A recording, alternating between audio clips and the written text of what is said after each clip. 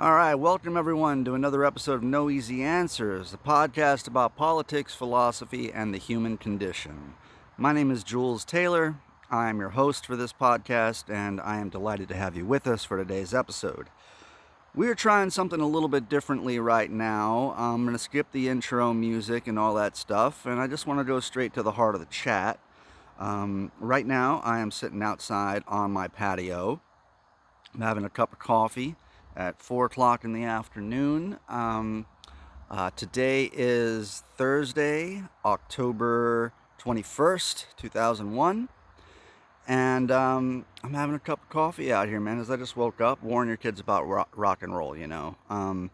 So today's talk, the main thesis for today's discussion is going to be that there is no greater con than the American dream. And I want to preface this discussion by talking about some things that happened in my life a few years ago. I want to talk about some things that have happened in some lives of people that I know as well that have led me to come to this conclusion that there is no greater con than the American dream. Now, if you've been following this podcast or been following me on social media, you probably have learned at this point that my mother, who is a school teacher in Texas, has recently had a really crazy health scare. I mean, she developed congestive heart failure and renal failure, and I have now started a GoFundMe to make sure that in this interim, while she's on family medical leave, that she will be able to make her ends meet and be able to keep the house and all that other stuff that comes when, because she's not getting paid while she's on medical leave, right? Imagine that. So, man, I want to preface this by talking about what happened in 2018. My grandfather, her father, my mother's father, was an incredible person. And I say this because he was an educator for over 30 years. I mean, in the same town where he grew up. So not many people travel the world in the U.S. military and, just come back to their hometown at that point. I mean, I, like so many others, grew up in a town where, the best thing about that town is is basically a road that leads out of that town. I got out of Texas as soon as I could. There was really nothing there for me, or at least not within a small town of about 3,500 people who, the biggest thing going on in that town is a high school football game. And, so I got out of there at a very young age, and I moved to Arizona, I moved to Nashville, and I live in New York now. But my family all kind of resides around this small town in South Texas in Willacy County called Lyford, Texas. If you can find that on a map, I mean, it's way down there, about an hour and a half, 2 hours south of Corpus Christi. So we're talking about the Rio Grande Valley. We're talking about a place that, there's just not any jobs. There's not any economic reprieve for the people there. There's nothing going on in that town. There's, like I said, there's only 3,500 people that live in that small town. And so my grandfather, after traveling the world in the military, he was in the Air Force. He never saw combat or anything like that. But he came back to Lyford, Texas, and he became a teacher. And not only did he become a teacher, he started at the bottom as a custodian and as a bus driver. So at a young age, he was inspired by someone teaching him to read, and it made such a difference in his life that he wanted to empower students. And that inspiration that he felt that inspired him to start at the bottom as a custodian and a bus driver also kind of trickled down to my grandmother and his daughters, my aunts and my mother. So my grandfather was a teacher. My grandfather's wife, my grandmother, was a teacher as well. My aunt, his oldest child, was a teacher, and my mother, the middle child, became a teacher as well. So my grandfather taught multiple generations in this small town in Texas. My mother ended up teaching a couple generations. I actually had her as a 7th grade English teacher. My grandmother taught in a school district about 10-15 miles away, and my aunt taught in a school district about 5 miles away. So all of these folks are basically they're all educators, and so I grew up with a very strong emphasis on education and going to college. It was not a matter of if I went to college; it was a matter of when.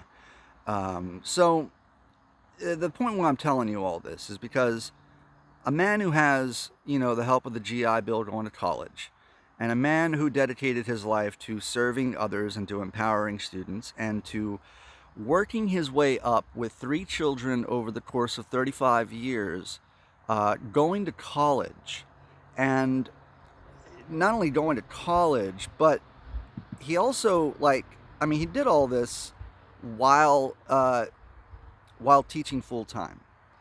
And he did all this while struggling to make ends meet for, 3 kids. So my grandfather inspires me because he didn't let anything stand in his way. I mean, I don't know if you've ever tried to work full time and go to school at the same time. It's incredibly challenging. It's exhausting. I couldn't imagine what having 3 children on top of that would be like. But my grandfather obtained a master's degree during this entire process, and so at the end of his career, he had worked his way all the way up to high school principal. So that's a pretty remarkable thing for a man who did not even speak English in this country as his first language, obtaining a master's degree, working his way through college, emphasizing the need for education with his children, inspiring them to become teachers, and also along the way, somewhere in there, he was one of the founding members of a magnet high school called South Texas Independent School District. Now, if you look this school district up online, they have a few campuses. They started with a school for special ed kids. So for disabled children, they had a small district specifically for them, a small campus in San Benito, Texas. From there, it branched out to a larger campus specifically for students who are interested in going into the medical field. And that high school is known as Med High, or like South Texas High School for Medical Professionals, or something to that end. And then a few years later, they founded the Science Academy of South Texas. So this was specifically a high school for students who wanted to go into science and engineering. And I actually attended that high school, and my grandfather, as a member of the school board and a founding member of that school district, he was the guy who handed me my diploma when I walked across stage at my high school graduation, and we still have pictures of that stuff, right? The school district later on expanded out to another campus specifically for students who wanted to become teachers. So my grandfather is just through and through an educator focused on empowering students, and that inspiration also led to sort of a family credo that was adopted by my grandmother, my aunt, and my mother. I didn't end up going to college, but this is part of the reason why I read philosophy all the time. This is part of the reason why I incessantly read, part of the reason why my podcast is it's been described as like an academic podcast, but I digress. What I'm trying to tell you about is in 2018, I went to Texas, and there's a really heavy price to pay for going your own route in life. And what I mean by that is my grandmother died in 2009, and my grandmother she was like a second mother to me. She raised me for most of my life, most of my early childhood, and so losing her really was like losing a mother in that sense. So after 2009, my grandfather fell into a rather heavy depression. He stopped eating, he stopped moving around. He entered into a cycle, a medical term known as failure to thrive. Now, failure to thrive just means that, like, a certain number of things sort of like a certain number of elements in your life, whether it's depression, malnutrition, unchecked diabetes, any number of things that can contribute to a sort of downward spiral, right? So my grandfather, during the last 9 years of his life after my grandmother died, fell into a heavy depression and a failure to thrive cycle. And ultimately, his life ended in 2018 in hospice in Edinburgh, Texas. So when I say there's a heavy price to pay, it means that I missed, the last few good years of my grandmother being around. I missed the last few good years of my grandfather being around. I missed my nephew Caden, my sister's son.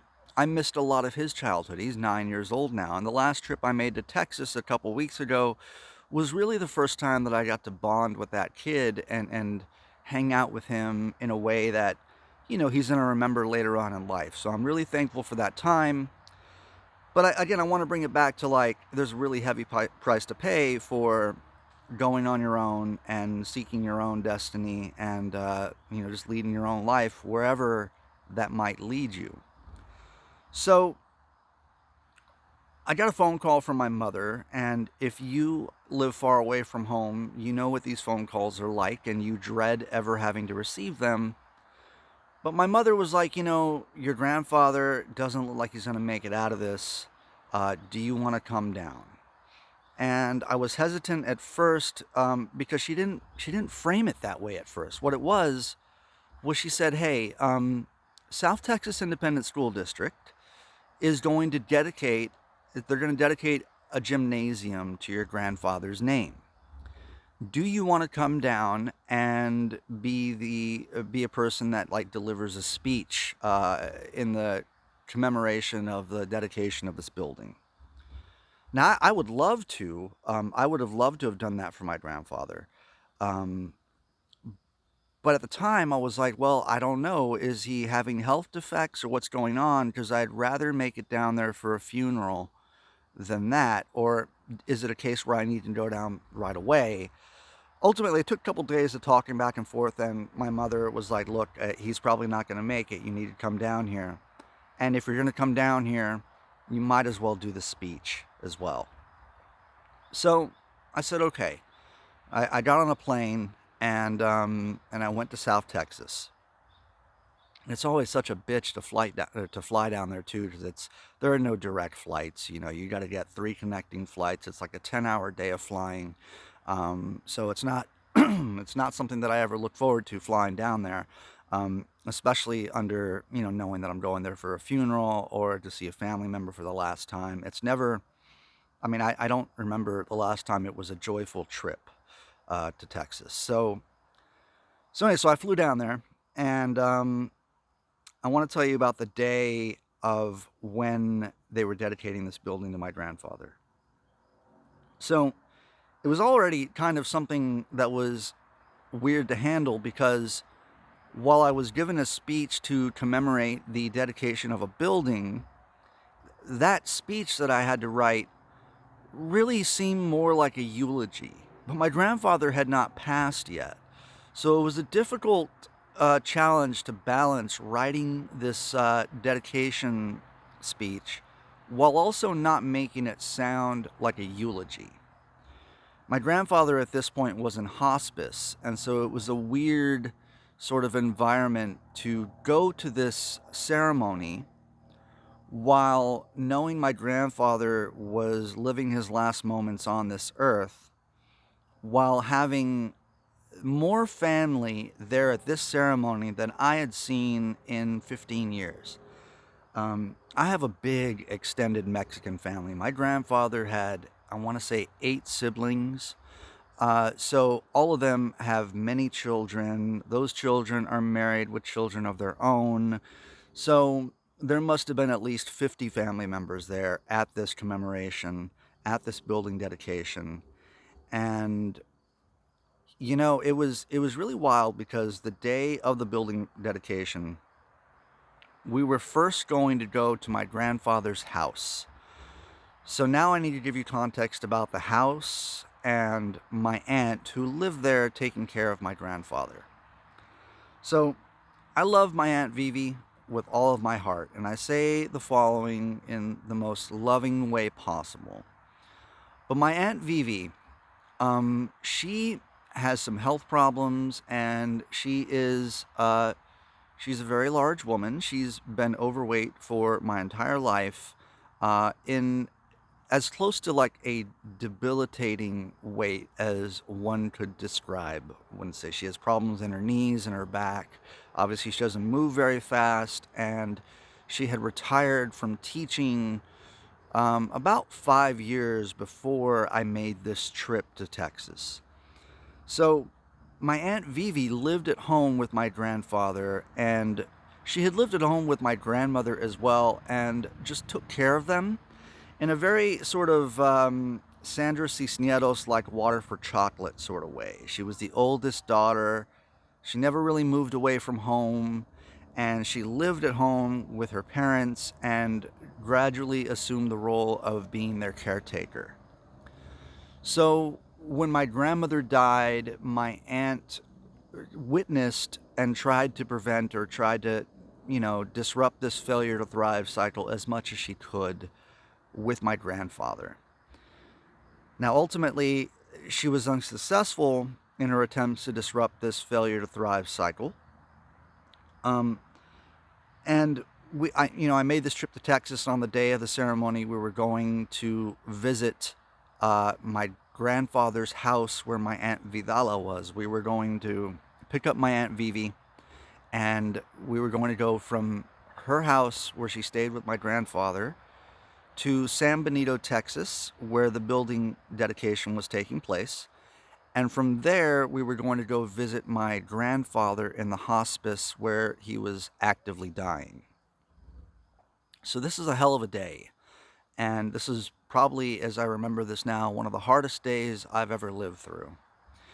Not just in terms of balancing the speech and seeing family and making the speech not seem like a eulogy, but also just in the emotional confrontation of visiting the house where I had last grown up in Raymondville, Texas, with my grandfather and my aunt, and also the building ceremony, and then also like seeing my grandfather for the last time. But it wasn't until the day of, when we were going to Raymondville to pick up my aunt, that my mother and sister started to tell me about why they don't go down there to visit very often. Now, if you live far away from home and you've gone your own path, you also understand that your family is probably not going to keep you abreast of all of the changes or things that are happening because you're so far away, right? They want to save you some of the grief, but they also, part of it is really difficult to communicate how far gone the situation becomes over time. So my mother and my sister started telling me about how they don't go down there to visit because they can't spend the night, because the house is kind of turned into like a hoarding situation, between bugs and dirty carpets and my aunt's dog not really being house trained and all sorts of elements that, led to this house being in such a deplorable condition. And this was news to me, man. I didn't know about any of this stuff. So I just sort of prepared for walking into what they described as kind of a hoarder situation. So I got there, and obviously my grandfather's in hospice, and my aunt's the only one home. And it's a very emotional sort of time to visit there because my aunt is sobbing, and I'm there with my sister and my mother and my stepfather. And my aunt starts telling us about how she hasn't made payments in the house for a few months now. She says that she couldn't afford it, and my grandfather couldn't afford it. And so the house was going to basically be repossessed. It was going to go into foreclosure, and she didn't know when that was going to happen. But what she did say is that she didn't want anything in the house. But there were things in the house that needed to be taken from the house. those things primarily ended up being guns. We're talking about South Texas. We're talking about a family that has accumulated guns over a couple generations, right? And there are guns everywhere in this house. When I say everywhere, I mean he hid them around in closets, he hid them behind doors. None of them like loaded and ready to go. Many of these guns had not been fired in quite some time, and who knows if these guns were even fireable. You know, it's kind of a traditional thing within gun culture to you accumulate guns and then you pass guns on to the next generation. My grandfather easily had 24 mixed like long rifles and handguns in the house, a couple gunpowder guns, and hunting knives. I mean, I think I left there with an Air Force duffel bag just full of different knives. On his wall in his study, he had multiple knives on plaques that my grandmother had bought for him. The handles were, carved out and designed and painted to look like different animals in the handles of the knives. These were part of things my grandfather wanted to leave to me, including some of the guns. But it became a kind of crazy mission while we were there because, we were on an itinerary. We had to go from there to the building ceremony. But in the meantime, there were about 2 dozen guns that we had to accumulate and find in this house in order to take these guns back with us, because my aunt had planned to not even go back to the house. She had planned on staying with my other aunt closer to where my grandfather was in hospice, and my aunt did not want to come back to the house, mostly due to the memories that were there within the house. She didn't want to come back to see the house. She was ready to leave, basically. It seemed like at that point her mission had been completed. She had taken care of her aging parents, but due to her own health complications, not only was she not able to clean the house or keep the house in a sort of suitable for human habitation sort of condition, but she just didn't even, it would be too painful for her to continue staying there. So me and my sister and my aunt and my mother all scoured the house looking for guns, and we think we got all of them, right? It was a ton of long rifles. I have this picture of my sister standing there holding like 4 different types of shotguns, different types of 22 long rifles, 30-06s, and we're now piling this arsenal in the back of this SUV that we rode down in. Now, a kind of a funny aside in this entire story, it's just a tragic story, right? I mean, this isn't a lighthearted episode. I just wanted to tell you about all this stuff. But kind of a funny aside during all of this was, I should let you know that about 50 miles north of where we were, there's a Border Patrol checkpoint, and that checkpoint will sniff your car with canines for any kind of drugs in the interest of stopping trafficking and immigration and stuff like that. They ask you if you're a U.S. citizen, blah, blah, blah, right? So when you buy weed in Texas, the weed prices double when you go north of that checkpoint, because obviously it's more difficult to get weed past the canines at that point. But likewise, like I had lived in Corpus Christi for a while when I was about 18 to 21, and living north of that Border Patrol checkpoint meant that any paraphernalia that you brought south of there pretty much just had to stay south of there. So when my friends and I, living in Corpus Christi around the age of 21, all moved south of that Border Patrol checkpoint, we took our this bong. We had a bong that we called Mellow Yellow. It was a big glass bong, and that just kind of sat on our shared coffee table in our front room, and it was like the community bong.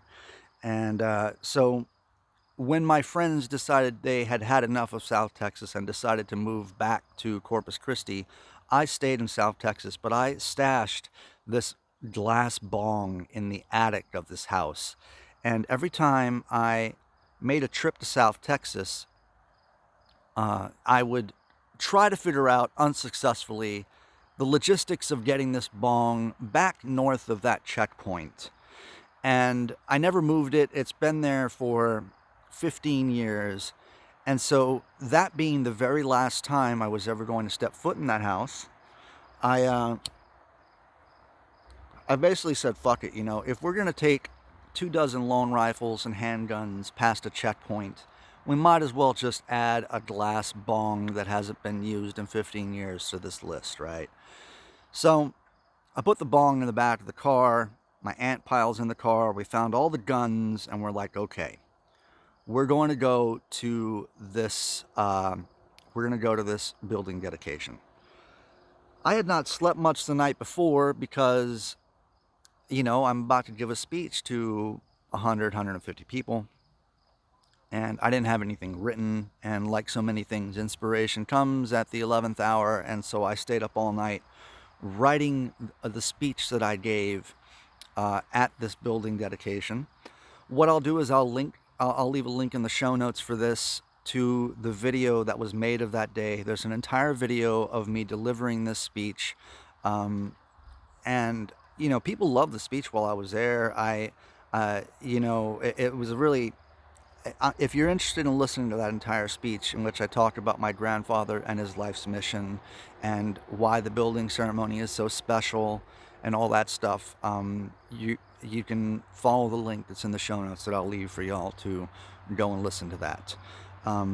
So I go to this family reunion building dedication, basically, because everyone I hadn't seen in years is there, and it really was just amazing to see that many family members in one place. And all of them wanted to talk to me. All of them enjoyed the speech. We were all sitting around eating barbecue after the speech, right? But I said, shit, man, we got to go because I want to see my grandfather. And as much as I would love to hang out with my cousins that I haven't seen, and my aunts and my uncles, and people from Austin, Houston, San Antonio, places where it took hours of driving to get to this building dedication ceremony. As much as I would love to spend time with them, I just would rather go and spend time with my grandfather while he has these last few moments on this planet. So I rallied everyone together, went and found everyone, told them we got to go. And then we piled in the car with the long rifles and the bong, and we headed to Edinburgh, Texas, where my grandfather was actively dying in hospice. So we go to this hospice, and I see my grandfather basically actively dying in this bed. He is shaking and fidgeting his hands. It doesn't look like he's resting peacefully. His lips are extremely chapped, and it just tears me apart, man. It really does. But the rest of my family is there in this room with us, but they're watching television, and they've all sort of adjusted to this, or they're doing whatever it is they need to do in order to cope with the reality of this situation that's around them. I tend to, when I get sad, I have a bit of anger that comes out, as I think that's kind of common with most men, but when I get really sad, I start to get very angry, and so I reacted with anger towards my family in this situation, and I said, I need y'all to get out of this room and give me 20 minutes alone with my grandfather, because this is the last time I'm ever going to see him, and I can't deal with y'all watching a sitcom while I'm grieving here. And of course, my stepfather was like, we're all grieving too, and, you need to calm down. But I said, man, this is my grandfather. He's like a father to me, and I just literally need you guys to just give me 20 minutes alone. So they did. And I spent 20 minutes alone with my grandfather, telling him that I love him and that he's going to be missed and that it's okay to let go and that we're all going to be okay. So then we left there, and I didn't really have a chance to mourn or to grieve myself. Even though I had that 20 minutes alone with him, I felt like I was being strong for my family and not allowing myself to reach the emotional place where I needed to be. And so the next morning, as soon as I woke up, I was sobbing and decided to start drinking early, as you do. And so I drank like half a bottle of whiskey and passed out for the rest of the day as part of my own coping process at that time. So I'm telling you all this because when I say the American dream is the biggest con, I mean to say that the American dream to so many people was just a house. It was owning a house. It was being able to live into your old age comfortably with a pension or some sort of retirement plan without the fear of crippling medical debt, without the fear of losing your house, without the fear of your loved ones having to go into financial debt to pay for your funeral. And all of those things did not come true for my grandfather.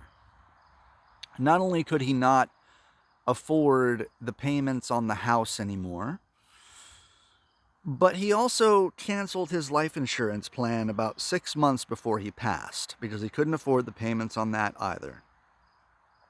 So I don't know what went on with my grandmother's life insurance stuff. I mean, I think I got $1,000 that when she died, and that was it. I don't know that anyone else received anything more than that.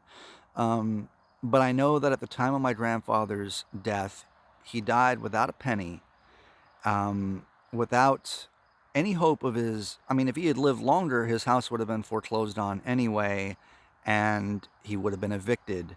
As a man who had very little time left on this planet, he would have been evicted from the home that he lived in, and so would have my aunt, with her health problems.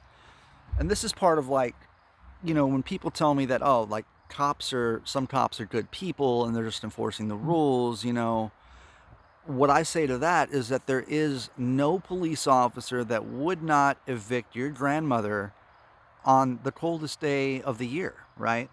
So that house has been foreclosed on. The people came in and cleaned the place up. It's on the market for sale now, like nothing ever happened. And my grandfather and my aunts, they would have lost this house through no fault of their own. It's not like they didn't work for a living. It's not like they didn't retire as you do when you're older. It's not as if they gambled money away. It's not as if they spent foolishly. It's not as if they were drug addicts or made irresponsible decisions as individuals. These systems or these icons of class fluidity, right? Like the only way that you transcend the class barrier in this country is through real estate and property ownership, right? So the only way that you class fluidity exists in this country is through buying a house, and that's what the American dream is for so many people. And this story is not unique to me. If you look back to 2008, so many people lost their house, and consequently their American dream died through no fault of their own. And this country bailed out Wall Street and did so little for Main Street. And I do think that the 2008 housing crisis is understated in terms of the impact that it's had on American society. It was a collective trauma that so many people felt, and yet there was no collective grieving, no collective mourning. I think this was as impactful to the social fabric as 9/11 might have been. And so I want to talk about, my friend and comrade on the Working People podcast, Maximilian Alvarez. I love Max. He makes me a better comrade just working with him through the Working People podcast. And, Max's story is that, during the 2008 housing crisis, his father, an immigrant, lost their house through no fault of his own. So his American dream, which was owning a house and, living in this country and retiring at a decent age, comfortably, and providing for his children, that was disrupted and stomped out by the 2008 housing crisis. And this was no fault of Jesus Alvarez.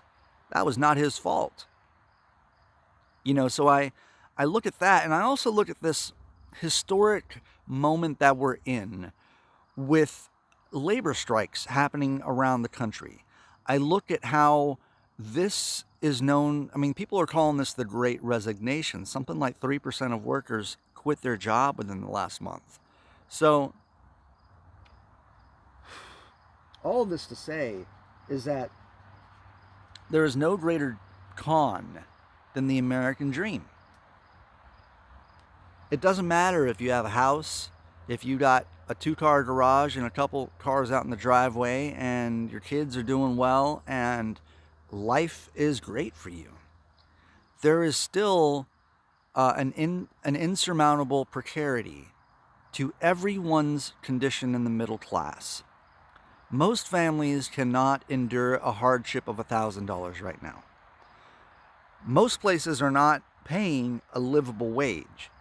And even going to college right now does not guarantee you, like a 4-year degree does not guarantee you an entryway or any inroads into the middle class. The middle class is disappearing in this country at an alarming rate, and we are, I tell you all of this to give you some context as well on why I decided to start a GoFundMe for my mother. Now, thus far, we have about $4,300 that have been donated into this fund with a goal of $7,500. And I'm so incredibly moved and thankful and grateful for everyone who has shared and who has contributed and donated to this fund. I can't tell you what this does for my family, for me, how much anxiety this has alleviated on my part and what I've been experiencing, worrying about my family and what's going to happen during all of this.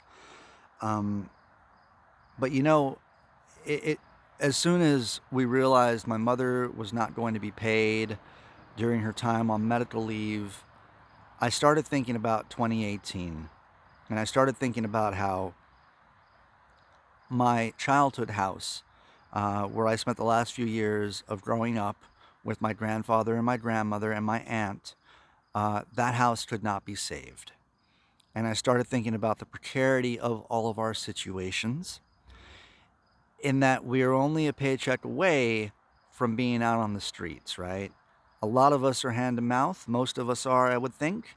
And 1 or 2 paychecks not being received can be absolutely devastating for all of us. So that's part of the reason why I started this GoFundMe, is because I've had to live through watching, my family members move out of their home, and watching, being sent a letter of eviction from the sheriff's department and my aunt sharing that letter with me, to watching the house go up on Zillow for way more than my grandfather purchased the house for. I've seen all this happen once before in my family. I know of other comrades this has happened to. And I know that for listeners out there, you might, this story might be very familiar to you, to a lot of us, really. So, the American dream, this has been something that has been sold to us, that we've strived for, that we believed in. And I mean, I don't want to make any dramatic statements like the American dream is dead. I just want to say that the American dream was never intended for everybody. It was something that was taught to us like anyone could achieve it. But opportunities are not so plentiful that one could go outside and pick them from trees. And if you don't go outside and pick one from trees, then it's your fault for not making those individual decisions, right? I mean, we don't live in that kind of society. We live in a society where only the few get ahead. And wealth accumulation happens at the top 1%. It's like we live in a grifter economy. This entire country is a giant multi-level marketing scheme. To think that you could start your own business, you could be an entrepreneur, you are a temporarily embarrassed millionaire, and that the American dream is out there waiting for you if only you work hard enough and you want it bad enough.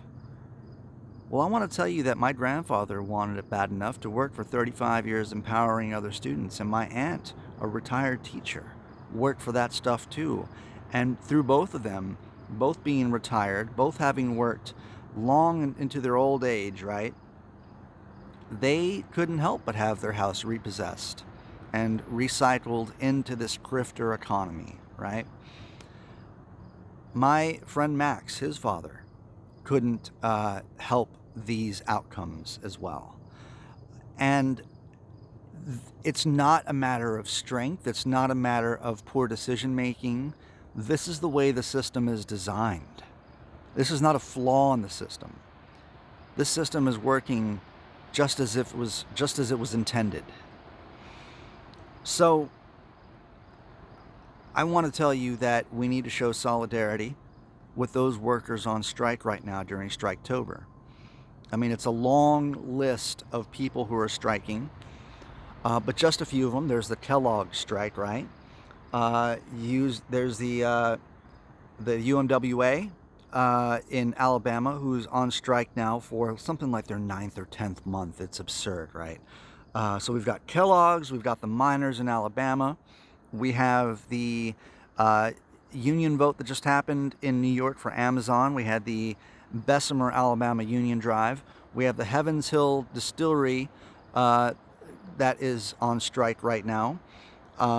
We have IATSE on strike with Hollywood Film Industries, right? We have nurses on strike. And one of which as well that I want to leave a link to as well are taxi drivers in New York City going on a hunger strike. You know, in New York City, taxi drivers had to purchase, for the longest time, they had to purchase what's known as a medallion. It's several $1,000s, and you purchase this from the city in order to be licensed to drive a taxi. Now, a lot of immigrants and people of color have purchased these medallions in order to get ahead and actually make money and live comfortably in this country. And even that now is being stripped away from them through the infusion of things like Uber and Lyft inside of these markets, which are devaluing, they're inflating the costs of, I mean, they're basically like they're just losing value on these medallions that these drivers have taken out loans for, and they're pretty much going to be in debt for the foreseeable future, unable to pay these off through not being able to make the money they used to as driving taxis. And so these taxi drivers are on a hunger strike at this point. Now, I haven't heard anybody else doing a hunger strike, but I just thought that was remarkable. And I'm going to leave a link in the description to an interview that Maximilian did with some taxi drivers as part of the coverage for the Real News Network that he is the editor-in-chief on. So I want you to think of this American dream, and I don't want you to be fooled by it. And I want you to have solidarity with the person that stands next to you at the bus stop, or solidarity with the person behind you at the grocery store. To know that, you know, in the words of Michael Brooks, you know, be ruthless with systems, but be kind to people. I think I'm paraphrasing that. Meaning that it's not the fault of individuals for these outcomes. And I want you to know that everyone is in an economically precarious situation. And so when you see someone in line at the grocery store beside you, know that that person is most likely hand to mouth and would be out on the streets if they miss a couple paychecks. All of that is so true in this country because that's the way this country was designed in order to coerce labor into working for sub-living wages, right? Um, this entire country is a grifter's economy that is built on the coercion of labor. And labor creates all the value in this country. It's not CEOs, it's not people in boardrooms, it's labor. And labor is entitled to all the wealth that it creates. So don't cross a picket line. Don't buy that Evan Williams. Lay off the Raisin Bran for a little bit, don't cross a picket line. Show solidarity with these workers because there's no greater con than the American dream. And no matter how far along you are into this dream, you are susceptible to these same forces that can stomp out that dream as well. And so that's really all I wanted to say. I wanted to give you some context on how I've watched this happen in my life. And when I saw that my mother and my sister and my stepdad were talking about the possibility of having to sell the house, that's when I decided to ask everyone for help and start a GoFundMe. I'll leave a link to that GoFundMe in the description as well. Again, thank you to everyone who's donated. Thank you to those of you who have shared. I would appreciate if you continue sharing. And, Max and I are doing a live stream this Sunday at 7 p.m. on the Working People YouTube page. I'm still trying to work out the technical aspect of how to get all that set up. Hopefully it'll go on, or we'll provide an alternative link. But we're doing a live stream to help raise fund and help us meet our goal of $7,500 to provide to my mother during this health crisis so that she can focus on getting better and not have to worry about whether she needs to sell the house, not have to worry if she needs to find a different place to live while she is going through her dialysis treatments. And, every cent of that goes to my mother. And today I was able to make the first transfer of $2,500 to her. And so she sends her thank yous and all of that to the No Easy Answers listeners and everyone else that has donated to this funding. And mostly it's because y'all know who I am and know what I stand for and know what I work on. And I like to think that a lot of you donated because you appreciate the work that I do. And so if anything, this GoFundMe has also functioned as a very positive affirmation for the projects I engage in and the work that I do and the people that I interview for listeners on this platform. Thank you so much for listening to this episode and understanding the context around this as it applies to me personally and my family and what I've gone through and friends of mine, so just thank you for all that. I'm signing off now. This is Jules Taylor for No Easy Answers on October 21st, 2001. Y'all be well. Take care of each other. Thank you to all my guys, gals, and non-binary pals. See ya. See ya. See ya.